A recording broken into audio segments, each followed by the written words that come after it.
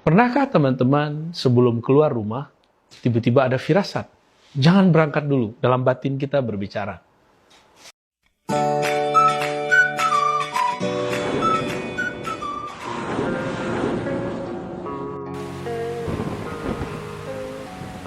Tapi kita melawan karena kita anggap itu halu. Ternyata itu bukan halu. Ketika kita lawan, di depan kita hampir tabrakan. Seandainya kita mundur agak 5 menit saja, atau 1 menit saja, kita tidak akan ditabrak atau minimal tergores. Tentu semua pernah mengalami ini. Atau keluar dari tol, keluar atau jalan di setempat, kita bingung. Ke kanan atau kiri, dua-duanya bisa sampai. Tapi kita kemudian melawan kehendak batin, kalam batin. Akhirnya kita mengikuti yang sebaliknya dari bisikan itu. Kita jalani, ternyata betul ada hambatan, walaupun ujungnya sama. Inilah akibatnya orang yang tidak mampu berkomunikasi dengan batinnya, atau dia bisa komunikasi, cuma dia tidak menghiraukannya. Dan ini bukti bahwa ada komunikasi batiniah di dalam diri kita, yaitu komunikasi dengan ruh. Jika akal komunikasi dengan makna-makna, lidah dengan suara-suara, kolbu dengan rasa, ruh dengan sirnanya semua rasa. Itulah kemudian musyahadah, memandang kepada sumber semua rasa. Sahabat-sahabat yang bukan Allah, di dalam Al-Quran, adakah hal-hal yang berkaitan dengan itu, bahwa Allah berbicara kepada ruh seseorang, atau seseorang bisa berkomunikasi dengan ruhnya?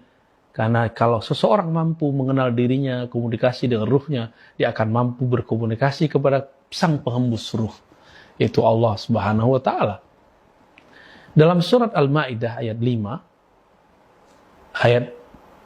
surah Al-Maidah surat 5 ayat 111, itu ada kisah mengenai Hawariyun. Siapa Hawariyun? Mereka bukan rasul, tapi mereka membersamai seorang rasul yang kita kenal dengan Nabi Isa alaihi salatu wassalam. Apa kata Allah? Wa iz auhaitu ilal hawariyin.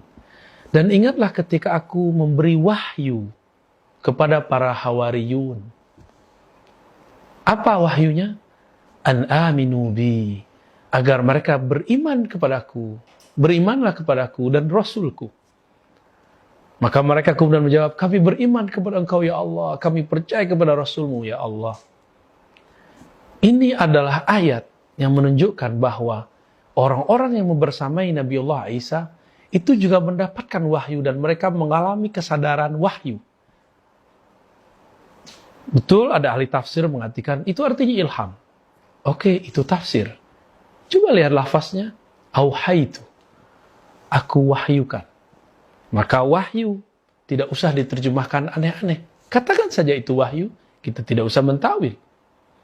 Ulama kita membagi, ada 2 wahyu. Ada wahyu tasyri'i, ada wahyu pensyariatan. Ini adalah dialog Nabi dengan ruhnya. Ruhnya menerima sinyal dari Allah sang peniup ruh.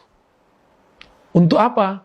Untuk membawa misi, membawa hukum, untuk merubah hukum, untuk memproduksi hukum syariat.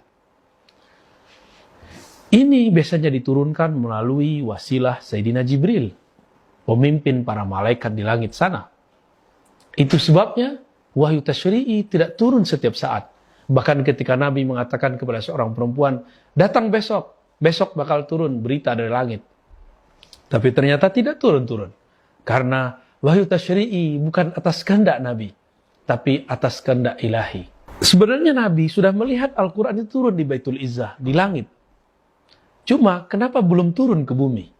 Itulah yang ditunggu-tunggu oleh Sayyidina Rasulullah Sallallahu Alaihi Wasallam. Nah, Nabi mampu berdialog untuk ranah ini. Tapi ada yang dilupakan orang, ada yang disebut wahyu nubuwah. Wahyu kenabian, yang mana inilah yang diwariskan para ulama, pewaris para nabi. Apa yang diwariskan? Adalah wahyu nubuwah.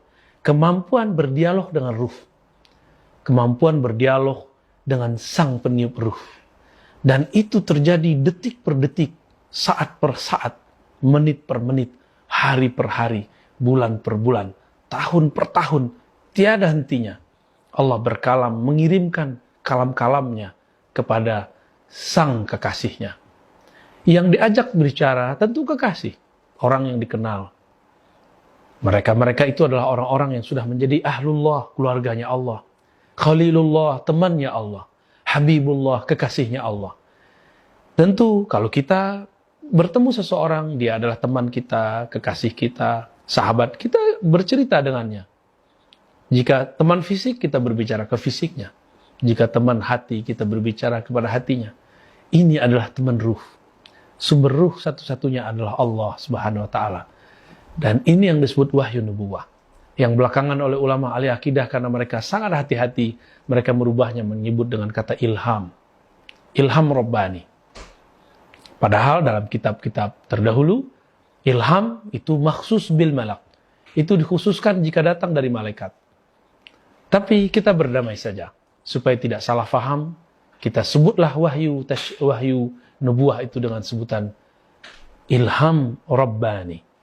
Ilham bisikan-bisikan, kalam-kalam, obrolan-obrolan Allah kepada kekasih-kekasihnya. Jadi bisakah kita berdialog dengan ruh? Bisa. Jadilah terlebih dahulu kekasihnya sang peniup ruh. Maka kita akan bisa berbicara dengan ruh.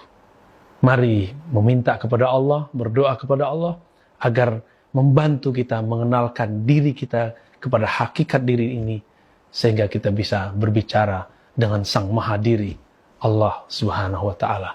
Sallallahu ala sayyidil wujud, sayyidil kaunain, sayyidina Ahmad, sayyidina Muhammad, walhamdulillah rabbil alamin. Assalamualaikum. Like